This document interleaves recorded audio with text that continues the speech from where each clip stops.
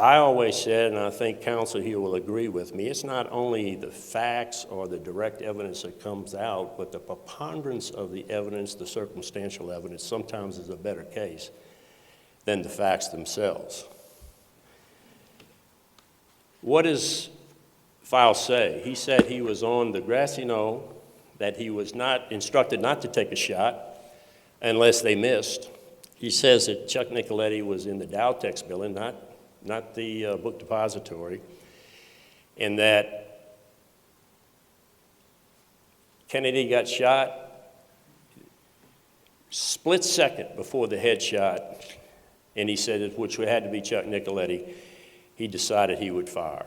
He fired with an XP Fireball 100, and he said he was aiming for the eye, and all of a sudden Kennedy's head started going down, and he hit him in the temple, and that's when the head went back.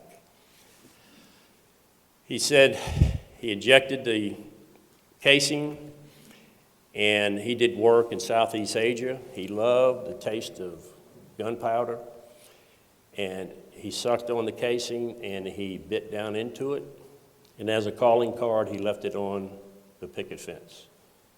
Now, I know that sounds absurd, and it sounds absurd to me. But in my investigations, I found a lot of absurd things that just didn't make any sense, and come to find out they're true. Now, if it's true or not, I haven't been able to take the casing and match it. He's still living, by the way.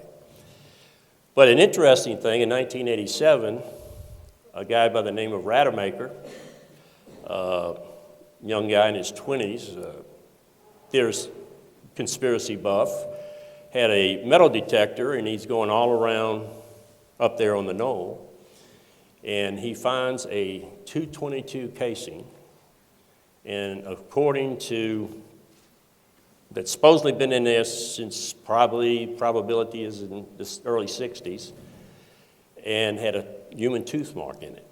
Now, don't know.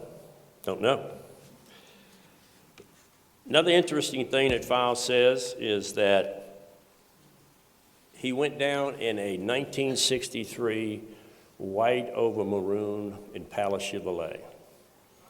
He parked his car face in across the street from the book depository where the Dowtex building is, on the side of the Dowtex building. He drove away with Roselli and Nicoletti in the car. They met at the Impala, and they took off.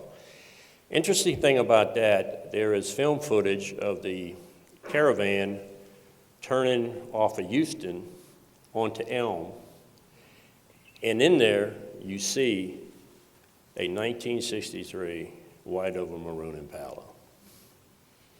Kind of corroborates him, but also there's a guy named Malcolm Summers who later sees 5 to 10 minutes after a maroon Chevrolet, 61 or 62 leaving, with 3 guys in it. And you also have a guy by the name of Watson that basically says the same thing. He saw he's even more specific. It's a 1963 maroon Impala, which corroborates Files. The other thing that corroborates Files is the acoustics test. When I talked to Gary Cornwell,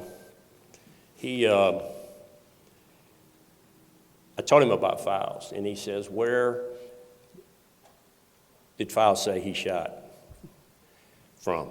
And I wasn't specific on the exact footage, but I called the producer in California, and when I told him where Files said he was standing, he got a big smile on his face, and he told me that's exactly the same spot the acoustics test puts the shooter.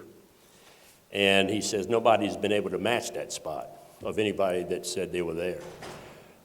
Beside that, there's a photograph, the famous Mary Mormon photograph of a lady that's across the street from the grassy knoll that took a picture exactly at the same time that Kennedy's head's going backwards.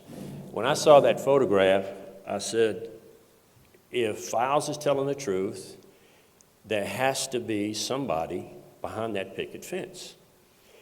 And I blew up that photograph as much as I could, and there's something I mean, you can't, it looked like a human figure, but it's definitely somebody behind that picket fence, exactly where Files said he was standing.